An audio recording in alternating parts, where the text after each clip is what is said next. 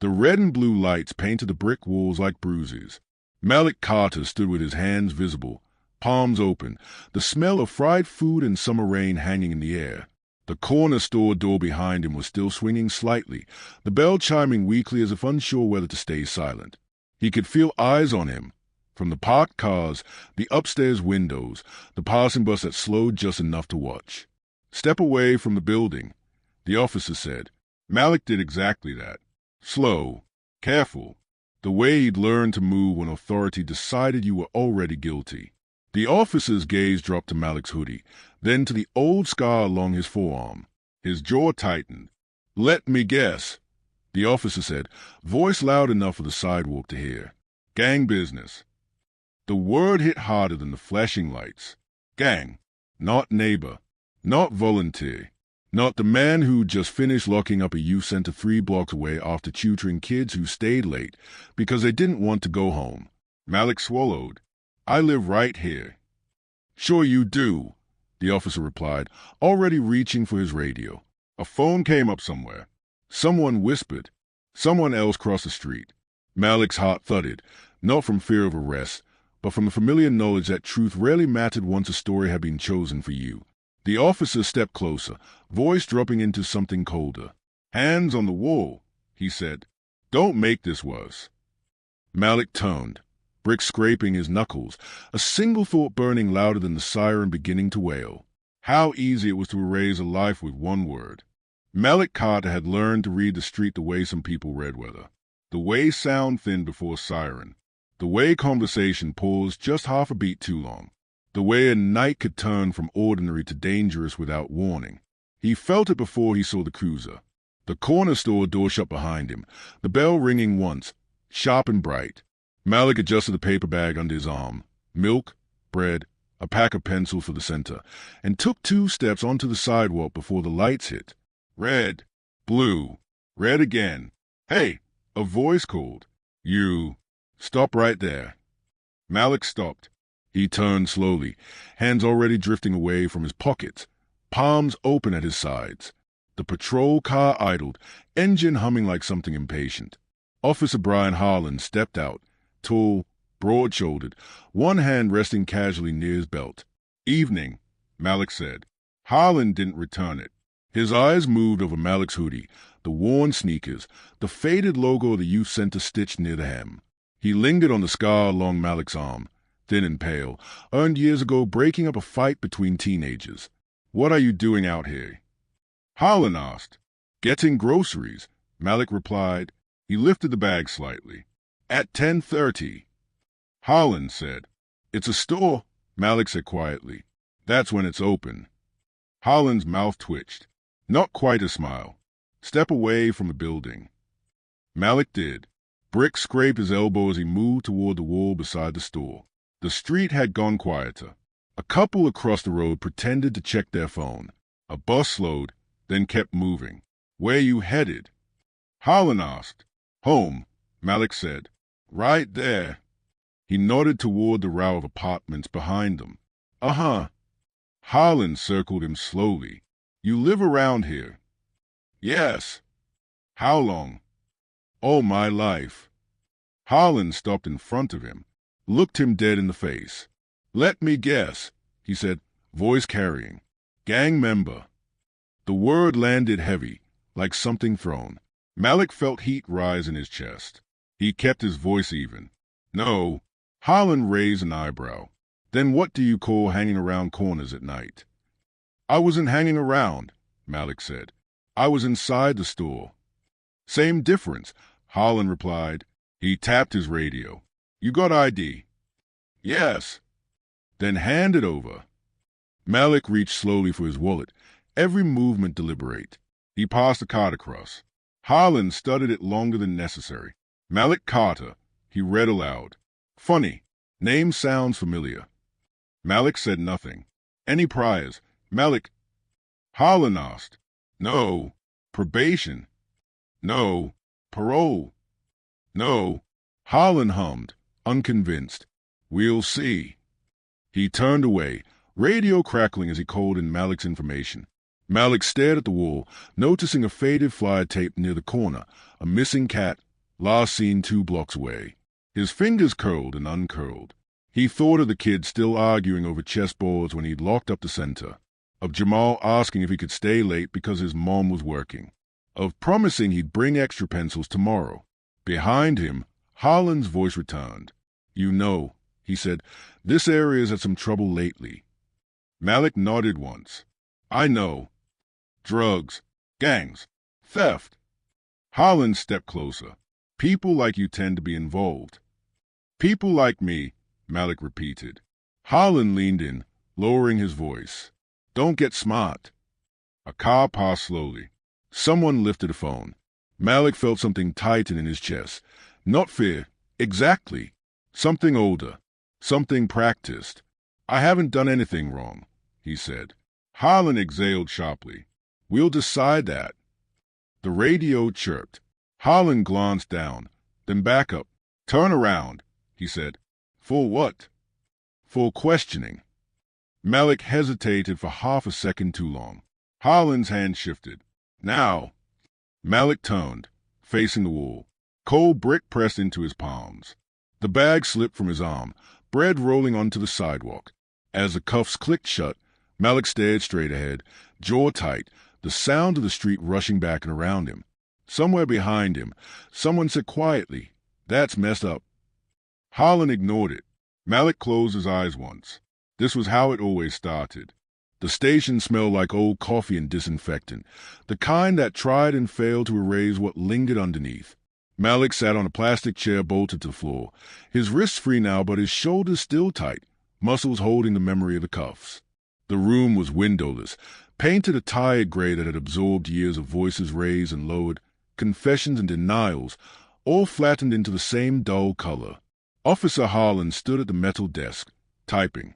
The keyboard clicks were sharp, deliberate. Each one sounded like a decision being made without Malik. "You want to tell me again what you were doing?" Harlan asked, eyes still on the screen. "I already did," Malik said. His voice echoed slightly, too loud in the small room. He lowered it. "I was buying groceries. I was heading home." Harlan nodded, as if listening, fingers never stopping. "And you don't associate with any known gangs?" "No.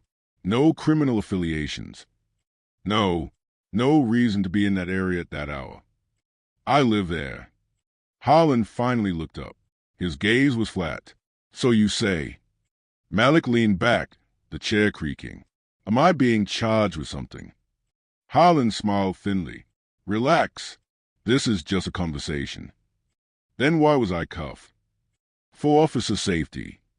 Silence settled between them, thick and practiced. Harlan turned the monitor slightly, not enough for Malik to see. "You know," he said, "we get a lot of stories that start like yours." "Mine starts with a store receipt," Malik replied. "Still in the bag you dropped." Harlan's jaw tightened for a fraction of a second. Then he shrugged. "Paperwork doesn't always tell the full story." Malik watched him type. "Male subject loitering near high crime area. Exhibited evasive behavior. Officer initiated stop based on reasonable suspicion." Each line was a translation. Not of events, but of power. "Can I make a phone call?" Malik asked. "In a minute." "I've been here over an hour." "And you're still breathing," Harlan said lightly. "See how that works." Malik looked down at his hands. There was a faint red mark where the cuffs had been. He rubbed at it, slow, grounding himself. He thought of the center, of the lights probably still on because someone forgot to flip the switch, of the alarm that sometimes malfunctioned, of the kids who would ask why he didn't answer his phone. "Who do you work for?" Harlan asked suddenly. "The Carter Youth Outreach Center." Harlan paused, typed, "That a non-profit?" "Yes." "You run it." "I do." Harlan snorted softly. "Funny." "What's funny?" "Just didn't picture it," Harlan said. "You don't exactly look like a director." Malik met his eyes. "What does one look like?" Harlan didn't answer. He turned back to the screen. "Anyone confirm your story?" "Yes," Malik said. "Half the neighborhood." "That's not how confirmation works." Malik's phone buzzed on the table where Harlan had placed it earlier. Once, twice, then stopped. Harlan glanced at it. Busy guy. That's my co-worker, Malik said. She'll worry. People worry too much, Harlan replied. He finished typing and stood, stretching his back. All right, here's how this goes. He slid a single sheet of paper across the desk. Malik looked at it. An incident report. His name, the time, the location, language that felt vaguely familiar and completely wrong. No charges, Harlan said. You're free to go. Malik blinked. That's it. That's it. And this? Malik tapped the paper. This stays? It's internal, Harlan said. Routine. Malik laughed once, sharp and humorless. So I get stopped, cuffed, questioned, written up, and you call that routine? Harlan leaned in. I call it my job. Malik stood slowly. Then do it better. For a moment, Harlan's face hardened. The air shifted, heavy with something unspoken. Then Harlan stepped back. Watch yourself, Malik. Malik picked up his phone and wallet. I do. Every day. The walkout felt longer than the walk-in. The fluorescent lights hummed overhead, indifferent. At the front desk, another officer glanced up, then away, already done with him. Outside, the night air hit Malik like a wave. Cooler, cleaner. He inhaled deeply, trying to shake the feeling that something had been taken he couldn't name. His phone buzzed again. This time he answered. Malik. Aisha's voice was tight. Where are you? I'm okay, he said. I'm coming now. What happened? He looked back at the building. The flag out front hung limp, barely moving. I'll tell you when I get there. As he walked down the steps, he noticed a patrol car across the street. Someone inside watched him until he turned the corner. By the time Malik reached home, his groceries were ruined. The milk was warm, the bread crushed, and somewhere, quietly, without his consent, a story had already been written about him.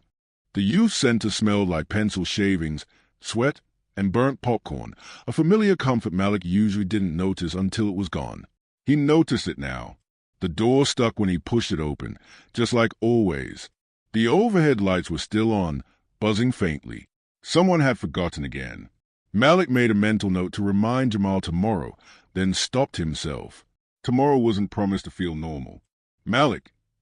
Aisha hurried toward him from the main room, clipboard tucked against her chest. Her hair was wrapped in a scarf, the edges fraying where stress lived. She stopped short when she saw his face. You okay? She asked quietly. I'm fine, Malik said. She didn't believe him. She never did when he used that tone. What happened? She pressed. Malik set his keys down, slower than necessary. I got stopped. Aisha's jaw tightened. Stopped? Questioned. Detained. He exhaled. No charges. Silence settled between them, heavy and familiar. They said anything? She asked. Malik nodded once. Enough. Aisha looked past him toward the kids scattered around the room. Chessboards, half-finished homework, a group arguing over a cracked tablet. Does anyone know? She asked. Not yet. As if summoned, Jamal looked up from his seat. Coach Malik, you late?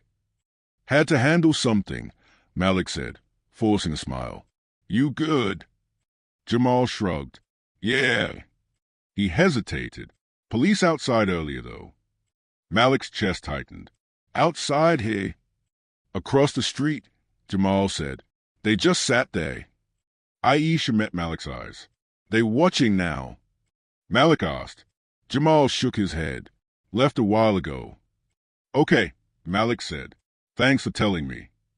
As Jamal turned back to his work, Aisha lowered her voice. They already connecting dots. Malik leaned against the desk. Let them. Aisha's expression sharpened. You know that's not how it works. He did know. That was the problem. Later, when the kids finally left, hugs given, reminders shouted, doors locked twice, Malik sat alone in the main room. The mural along the wall caught his eye. Bright colors, uneven lines, names written small along the bottom. Proof of hours, years, patience. His phone buzzed. Unknown number. He hesitated, then answered. "Hello." "Malik Carter," a man's voice asked. "Yes." "This is Darren Lowe with Channel 7 News." Malik closed his eyes briefly. "How did you get this number?" "Public records," Lowe said smoothly. "I'm calling about an incident involving police last night." Malik's pulse quickened. There was no incident. "Officer conducted a stop," Lowe said. "We're just looking for comment." Malik glanced around the empty room. The chairs, the chip paint, the place he'd built piece by piece. "What's the angle?" Malik asked. Lowe paused. "Angle? How are you framing it?" Another pause, longer this time. "Police say they were responding to suspicious activity." Malik laughed softly. "Of course they are." "We'd like to hear your side," Lowe said. "Transparency." "That word doesn't mean what you think it means," Malik replied. "Not like this." "So you're declining comment?" "For now," Malik said. "I need to talk to my board." "Understood," Lowe replied, "but stories move fast." The call ended. Malik sat there long after, phone dark in his hand. The next morning, the damage arrived quietly. One email, then another. "We're concerned about the optics. Is there anything we should know? We're going to pause our donation until this is clarified." By noon, 3 parents had pulled their kids temporarily. Aisha slammed her laptop shut. "They didn't even ask us." "They are scared," Malik said. "So are the kids," she snapped. "So am I." A knock came at the door. Mr. Henderson stood outside, arms crossed, eyes wary. He'd donated computers last year. Helped fix the roof. "Heard some things," he said.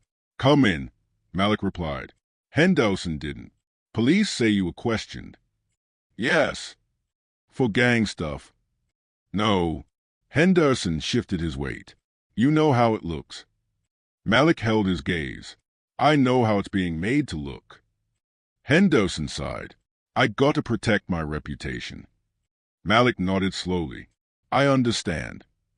Henderson left without another word. That afternoon, Malik stood in front of the kids for the daily circle.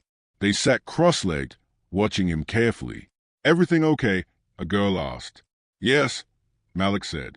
"We're still here." "But my mom said," Jamal started. Malik raised a hand gently. "Sometimes adults get scared by stories," he said. "Our job is to keep doing the right thing anyway." "Even if they lie?" another kid asked. Malik hesitated. "Especially then," he said. As the circle broke, Aisha touched his arm. "You sure you want to stay quiet?" Malik looked around the room. At the mural. At the empty chairs where kids used to sit. "No," he said softly, "but I need to be smart." Outside, across the street, a familiar patrol car rolled by slow enough to be seen. Malik watched it pass. The center stood behind him, fragile, visible, already under threat. And for the first time since he built it, Malik wondered how much truth it could survive. The story changed shape overnight. Malik could feel it in the way people looked at him. Not hostile, not exactly afraid, just cautious. As if he was suddenly something fragile that might crack under the wrong question. By morning, the phrase police stop had become police investigation. Aisha read the article aloud from her phone, her voice tight. Sources say officers responded to reports of suspicious behavior in a high-crime area. Sources, Malik repeated. The individual was released without charges. She looked up. They buried that line at the bottom. Malik sat at the long table, elbows resting on its scarred surface. Of course they did. The youth center opened late that day. 2 volunteers didn't show up. One texted an apology, vague and rushed. Another didn't explain at all. Around noon, Malik's phone rang again. This time, it was a city. "Mr. Carter," a woman said crisply, "this is a Department of Community Partnerships." Malik straightened. "Yes." "We're conducting a routine review of organizations receiving municipal grants." Aisha's eyes widened. "Is this related to the incident?" Malik asked. A pause, carefully measured. "We review whenever concerns arise." "What concerns?" "We'll be in touch," the woman said. "Please make your record available." The line went dead. Aisha dropped into the chair across from him. "They're coming for the funding." "They're covering themselves," Malik said. "Same difference." That afternoon, Officer Harlan's version arrived in official language. A copy of the internal report leaked to a local blog. Not illegal, just suggestive. Subject known to local area. History unclear. Officer exercised discretion. History unclear. Aisha said, "That's not even a thing." "It is when they need it to be," Malik replied. By evening, Malik's name appeared in search results alongside words like gang, investigation, police stop. No charges, no context, just implication. The narrative didn't accuse. It hinted, and hints were enough. At a coffee shop 2 blocks away, Malik overheard someone whisper, "That's him." He paid and left without his drink. Later that night, his phone rang again. This time, it was his mother. "Baby," she said softly, "you okay?" "I'm all right," Malik replied. "I saw the news." Of course she had. "They always do this," she said. "They never say what happened. They say what they want people to think." Malik closed his eyes. "I know."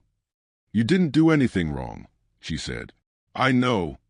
But knowing and proving were 2 different things.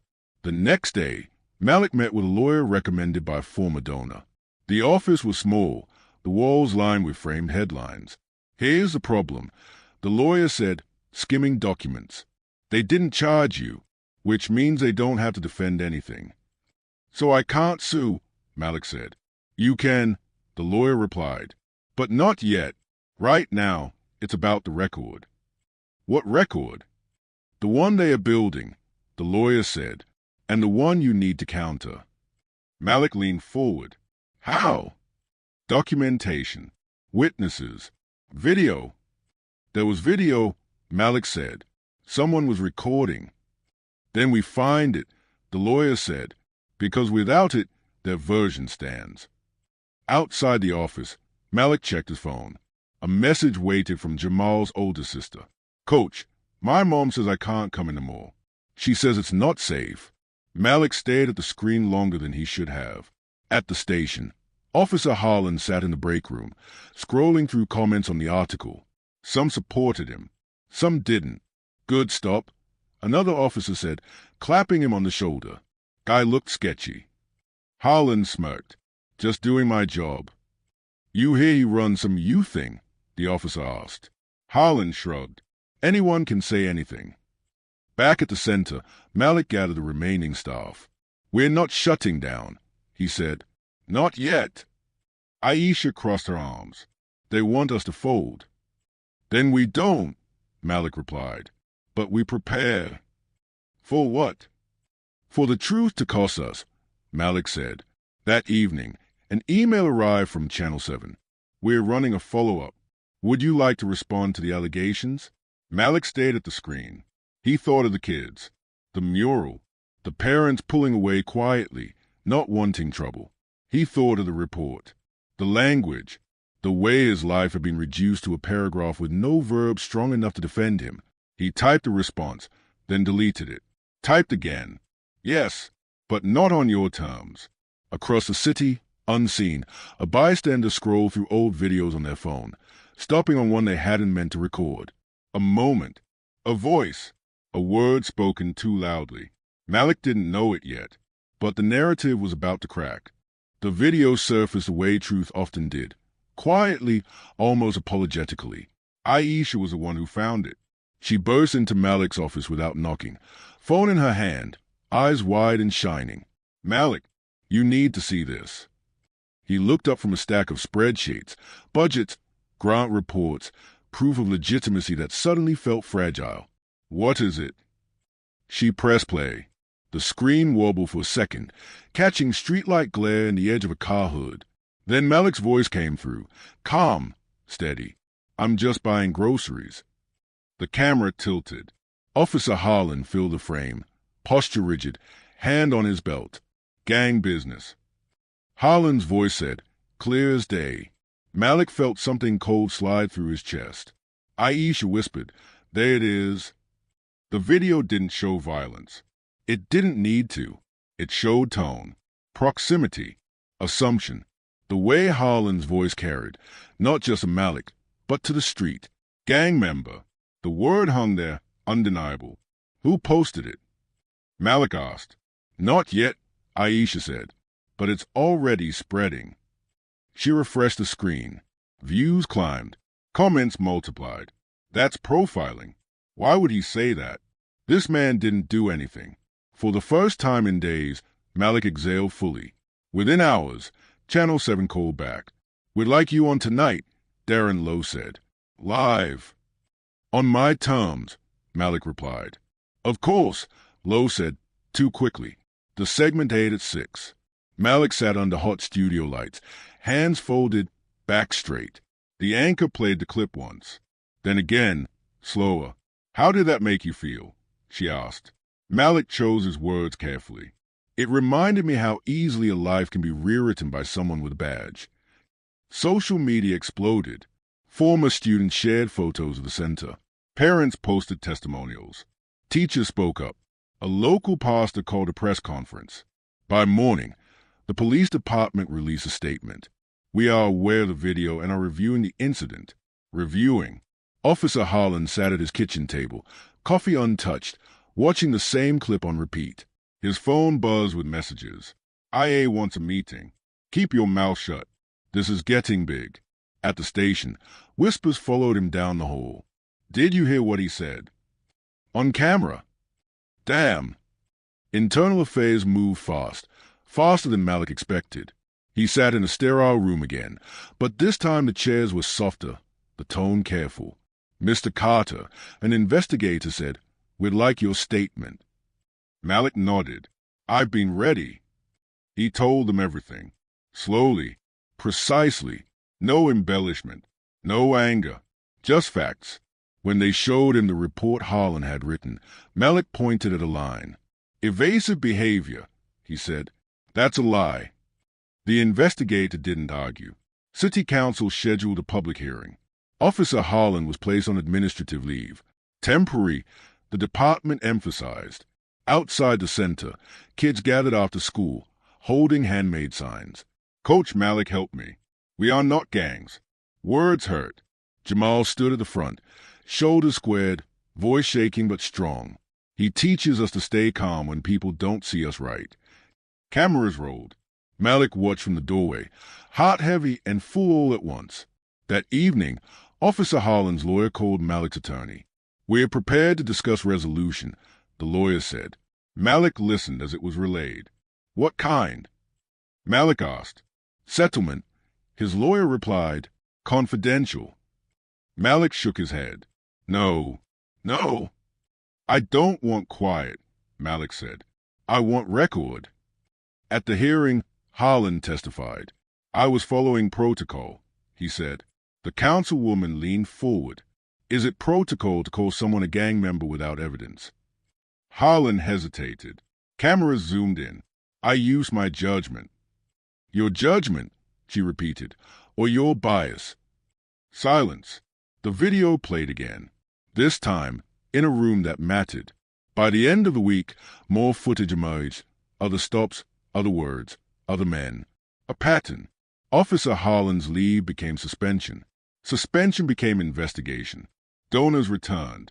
Slowly, carefully, one email stood out. We pulled funding too fast. That was our mistake. Malik read it twice. The youth center reopened fully the following Monday. But when Malik walked past the corner store again, he still felt his shoulders tense. Still heard the word echo. Exposure brought light. It didn't erase memory. As the city argued and the department scrambled, Malik stood in front of the mural one night, fingers tracing the names. Justice, he realized, wasn't a moment. It was pressure, and somewhere deep in the system, something had started to crack. City Hall had a way of making people feel small. The ceiling arched high above the chamber, wood-paneled walls polished to a shine that reflected history more than accountability. Rows of seats filled quickly, journalists balancing cameras on their knees, community members clutching folded statements, officers standing stiffly along the walls. Malik sat at the front table, hands folded, spine straight. He wore the same suit he'd worn to grant meetings and funerals. Neutral, respectable, armor. Aisha sat behind him, whispering, "You don't owe them calm." "I know," Malik said softly, "but I choose it." Across the room, Officer Brian Harlan entered with his attorney. The badge was gone, replaced by a muted tie and a jaw set in stubborn defiance. They avoided Malik's eyes. The counsel chair tapped her gavel. "This hearing will come to order." The room hushed. "We are here to review conduct," she continued, "and to determine whether departmental policies were violated." Policies, not harm, not lives. The police chief spoke first. "Our department takes allegations seriously," he said. "We are committed to fairness." Malik watched faces in the crowd tighten. Officer Harlan's attorney followed. "My client acted within discretion. No physical harm occurred. No charges were filed. No harm." Then it was Malik's turn. He stood. The microphone hummed slightly as he adjusted it. He took a breath, slow, practiced. "My name is Malik Carter," he began. "I am the director of the Carter Youth Outreach Center. I was stopped, detained, and labeled a gang member without cause." A murmur rippled through the room. "I am not here to argue intent," Malik continued. "I am here to talk about impact." He described the stop, the word, the way it echoed, the bystanders, the cuffs. "I lost funding," he said. "Children lost a safe place. Parents were forced to choose between fear and support." A councilman leaned forward. "Mr. Carter, did the officer ever threaten you physically?" "No," Malik replied. "Then what is the injury?" Malik met his gaze. Erosion of trust, public humiliation, institutional harm. Silence. Then the video played. Again, Harlan shifted in his seat. When questioned, Harlan spoke carefully. "I perceived risk." "What risk?" a councilwoman asked. "Area history," Harlan said. "Behavior." "What behavior?" she pressed. Harlan paused. "Presence." The word landed badly. The councilwoman nodded slowly. So the risk was that he existed. A few gasps. Cameras clicked. Internal Affairs presented findings next. "This officer has a documented pattern," the investigator said. "Language choices. Stop frequency. Disproportionate targeting." Harlan's attorney objected. "Correlation is not causation." "Nor is discretion a shield," the investigator replied. Outside, protesters gathered. Not shouting, standing. Signs read, "We are watching." Back inside, the council deliberated. Malik waited. His phone buzzed. A text from Jamal. "We watching on TV. You doing good." Malik swallowed hard. The council chair returned. "Officer Brian Harlan," she said, "this body finds that your conduct violated departmental standards." Harlan stiffened. "Effective immediately," she continued. "You are suspended without pay pending further disciplinary action." A ripple of reaction moved through the room. The chair turned to Malik. "Mr. Carter, this council recommends restitution for damages incurred by your organization." Malik nodded once. It wasn't celebration. It was acknowledgement. As the room emptied, Harlan stood abruptly.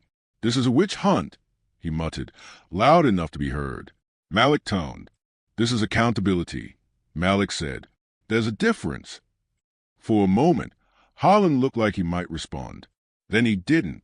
Outside, the evening air felt lighter. Reporters surrounded Malik, questions overlapping. "What does justice look like to you?" one asked. Malik considered it. "Justice," he said, "is when the next kid doesn't have to explain why he belongs." The crowd applauded, softly, respectfully. Later that night, Malik returned to the center. The lights were on. Kids were inside, laughing. Aisha met him at the door. "You did it." "We did," Malik corrected. He stepped inside, the mural glowing under fluorescent light. The system hadn't collapsed, but it had shifted. And sometimes that was how change began. The city moved on faster than Malik expected. By the following week, another headline had replaced his. Another controversy. Another name. The news cycle churned, hungry and impatient, And Malik learned something bitter. Exposure was loud, but consequences were quiet. Officer Brian Holland's suspension became official on a Monday morning. No press conference, no apology, just a short notice buried on the department's website. Pending disciplinary review. Malik read it on his phone while standing in line at the bank, the words feeling smaller than the damage they were meant to address. That's it, Aisha said later, when he told her. For now, Malik replied. The settlement negotiations followed. The city wanted efficiency, silence, closure. We can offer compensation, the city attorney said across a polished table. Funds allocated directly to your organization. No admission of wrongdoing. Malik folded his hands. I don't want hush money. This isn't hush money, the attorney replied smoothly. It's resolution. It's insulation, Malik said. For you. The lawyer sighed. What do you want, Mr. Carter? Malik didn't answer immediately. He thought of the kids who never came back, the donors who disappeared without a word, the parents who still crossed the street when they saw him. I want transparency, Malik said finally. Public record, policy review, training requirements tied to the settlement. The lawyer blinked. That's unusual. So was being called a gang member for buying milk, Malik replied. Negotiations stretched on for weeks. In the meantime, the center struggled. Attendance didn't bounce back overnight. Trust didn't either.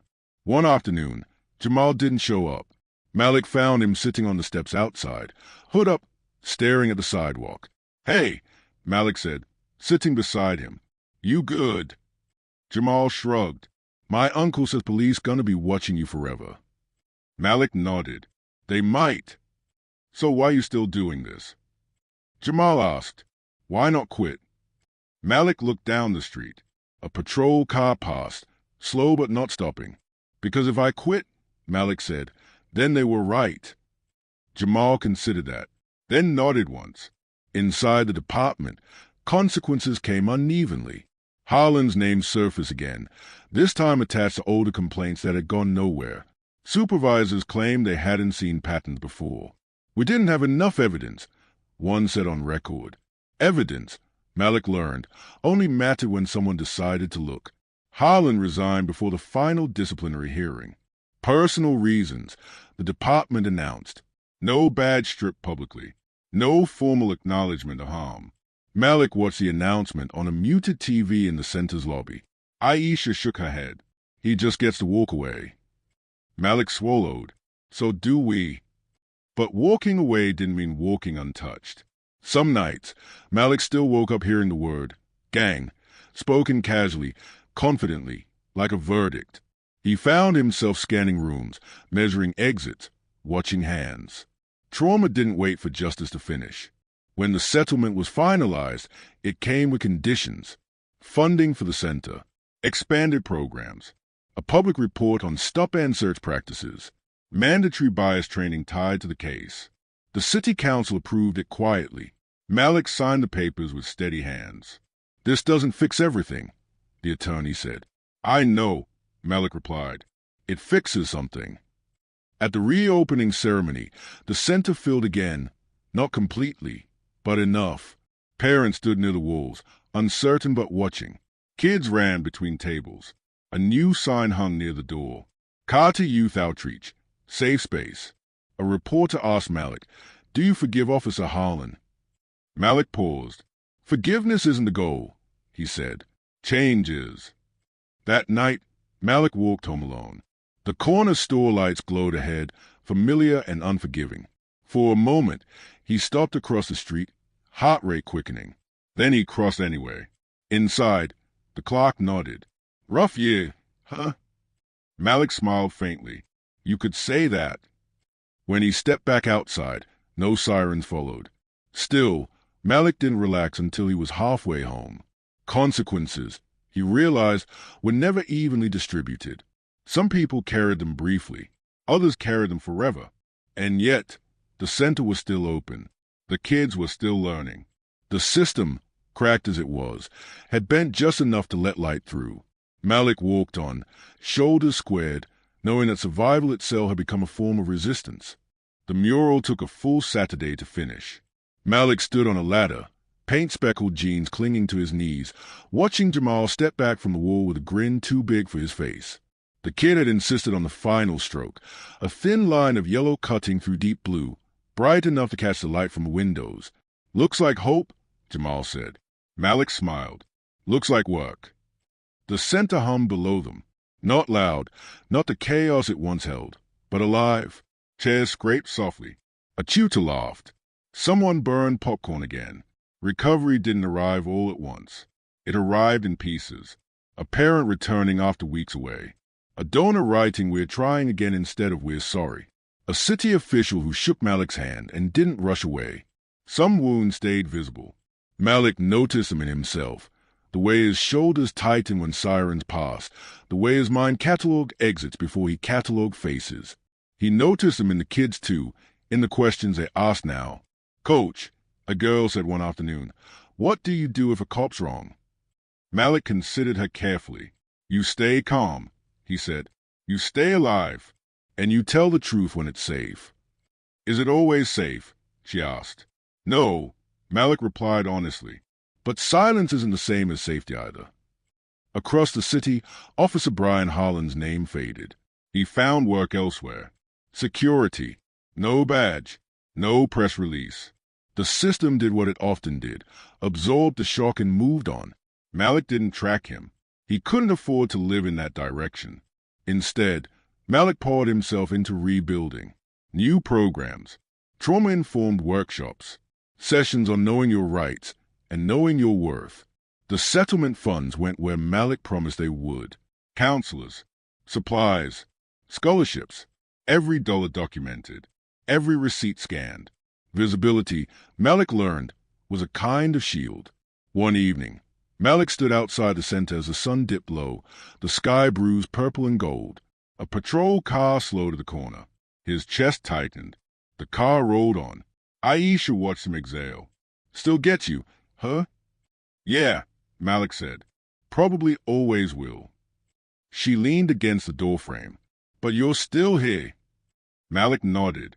That night, Malik walked home the long way, past the corner store, past the brick wall where his palms had once pressed cold and flat.